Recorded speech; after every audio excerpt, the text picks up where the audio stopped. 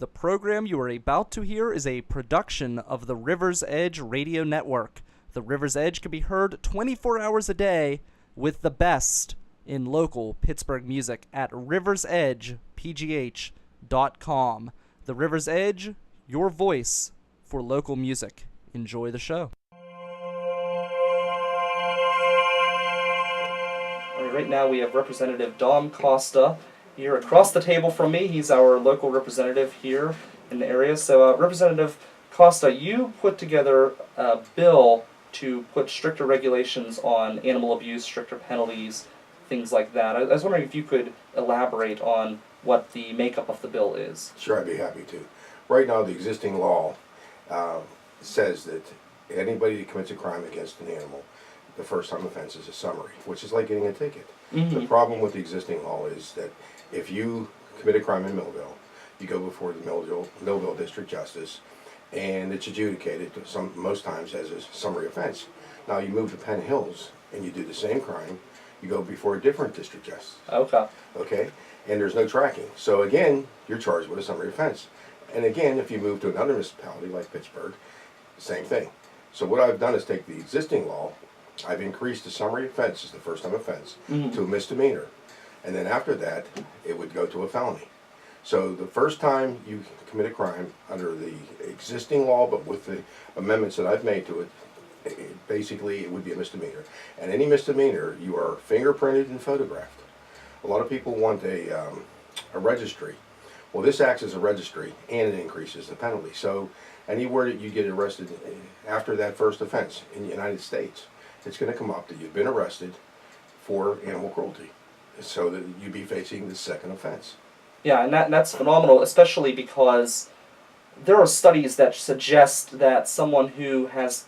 First off, animal abuse is awful. It's a terrible thing to do, but there's also studies that suggest that people who abuse animals, that often leads to abuse of humans as well, and violence among human beings. You're 100% right.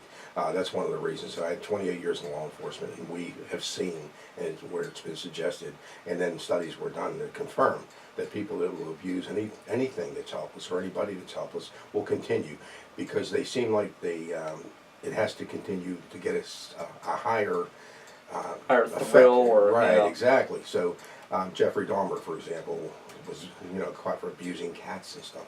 It turned out to be a mass murderer.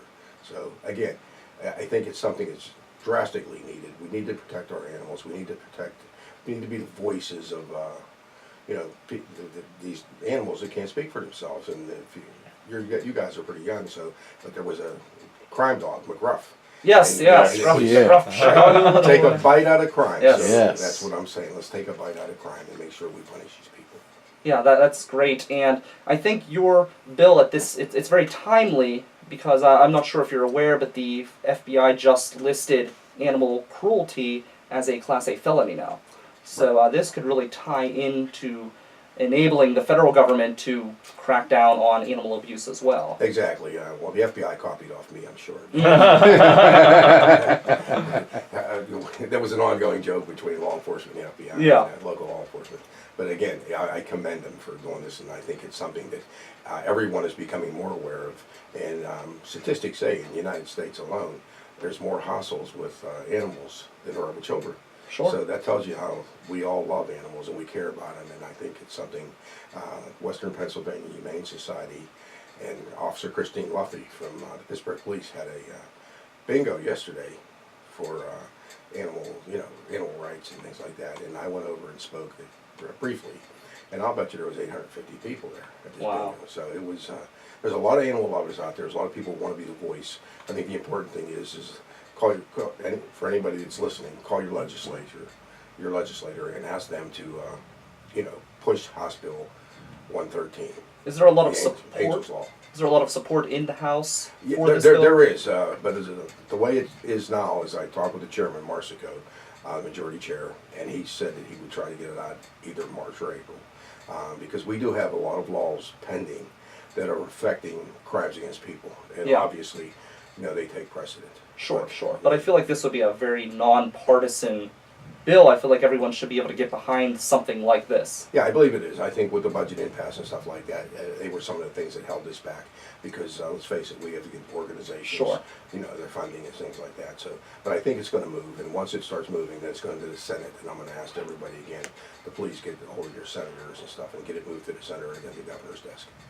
Has the local push for animal rights in Pittsburgh had any impact on your decision to move forward with this bill? With Michael Vick coming to the Steelers, there was a backlash about that, and it spurred a group, Pittsburghers Against Michael Vick, which then turned into a nonprofit to work against animal abuse and dog fighting and things like that. Did those people have any influence, even just seeing those people? Think most of the influence that I feel was my love for animals, Mm-hmm. and that I think that being a police officer all the years I was, and wanting to protect people and animals that can't defend themselves.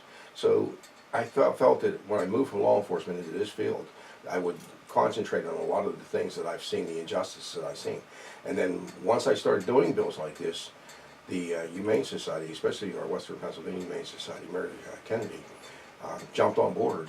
And Alan Jennings and his wife Franny from our local Channel 11, they're very much into it. And so we were able to start getting some media attention. Once we start getting media attention, the bill transpired. But as far as protecting the animals, I do that, and I do bills for protecting people too. So. Absolutely. And you mentioned the budget. Where will we have a budget before it's time to start on the next budget? I honestly think we might be at a point where we may not see it come to fruition. The governor gave his address for this year's budget, and we haven't finished the last one, so it's like depending on what budget you're talking about. Yeah. As we said. And but I think once we see some movements in the primary elections and stuff like that, because a lot of the representatives are off right now, Mm-hmm. working their district offices and stuff. And I think once we get back into Harrisburg, you're going to see a concentration on us trying to get last year's budget completed. It was close. We were really one vote away from moving it to the governor's desk, and then the speaker adjourned the House and killed that effort. Wow. So then they come up with a different budget, and it was something that no one could compromise on, because pension reform and a lot of things that were in the Senate, what the Senate wanted, wasn't in there, so that killed the bill. So hopefully we can sit down, cooler heads will prevail, and we'll move forward and get last year's budget done, or just get them both done at one time, and hopefully early this time, and we can move on so people get what they need. Because again, it's the most important thing to all of us is the people we serve. Oh, absolutely. You look at the school districts taking out all of these loans, and a lot of nonprofits who have had to make huge cutbacks. It's really it's devastating the state, and I know that I personally look at the situation and I see a lot of problems with the House leadership and the governor just kind of butting heads. Is it a matter of personalities? Is it? It's a matter. I think it's a little bit of a matter of personalities and philosophies too. Mm-hmm. I mean, I respect anyone. The way I always look at it is a brass rail in the back of the house. When you pass the brass rail onto the house floor itself, that's where it's like a wrestling match. You and I go and wrestle. Sure. At the end of it, we come off, get out of the ring, and we're friends again. Mm-hmm. And I think that's what it is. So just as long as it doesn't get personal, and I think sometimes emotion goes up, rationale goes down, and sometimes it gets personal. And that usually cools down. I try to never to make it personal, because it shouldn't be. Politics should not be personal. Sure. Because we're all up here for one reason, to serve the people. And when you get past that brass rail, you shouldn't forget the D and the R that's behind your name, and just do what's best for the people. Absolutely. Representative Dom Costa here on River Talk on the River's Edge Radio Network. We actually have a family connection almost, mm-hmm. I found out just over the last couple days. Are you related to a Tony Costa? Yes, I am. Yeah, that's what I heard. Yeah, cousin. Cousin, okay. He was a plumbing inspector. Right. In the area. My grandfather... That was my uncle then. Okay. Okay, yes. Right. My grandfather owned Crawford Plumbing and Heating. Oh, so they actually have had a lot of From dealings. down in the Keysport area. Yeah. Mm-hmm. Right. I know your grandfather. Yeah. He was a good man. And then my father opened up TC Plumbing and Heating out in North Huntington. But it was interesting. I was telling my parents, you said, hey, I have Representative Costa on. They said, oh, really? So you took the hard route. Yes. Don't want to be a plumber, huh? No, you know what, it's interesting. As I got older, I wish I would have learned more, but, it just wasn't my wasn't my thing. You know, we all have our own. No, you have a great personality for the radio. You do. Thank you. Appreciate it. And besides that, you're a nice young man. I appreciate all the help you do and what you do for the community. Absolutely. Speaking of the community, do you guys have anything on the horizon? What's up? Well, we have a shredding event coming up. Okay. We just sent out our newsletter, which has the different dates and stuff like that. Anybody has and needs any information or anything that we can help them with, they can free to call our office at 412-361-2040 and ask for one of the ladies. They're wonderful ladies. They do a great job, and to make me look good, it's difficult. So that they do. They're great people. Yeah, and shredding, it's interesting. People don't think of the importance of that because, you know, one piece of paper gets out there and your identity can be gone. There's so many things that could happen. Again, like I said, a lot of the things that I do Yeah. are based on my former occupation and things that I've learned, and I think it's very, very important that we, take our and even junk mail and just get rid Sure. of it in the appropriate way. Because if somebody gets hold of that, they just send in it with a change address, and next thing you know, they're you. Yeah. And so it's very important. So, we take anybody. They don't even have to be from our district. And I got a lot of my colleagues doing shredding events too in the area. So that if we miss one, and if you happen to miss ours, then call our office and we'll see where the next one's at, and we'll refer you to that one.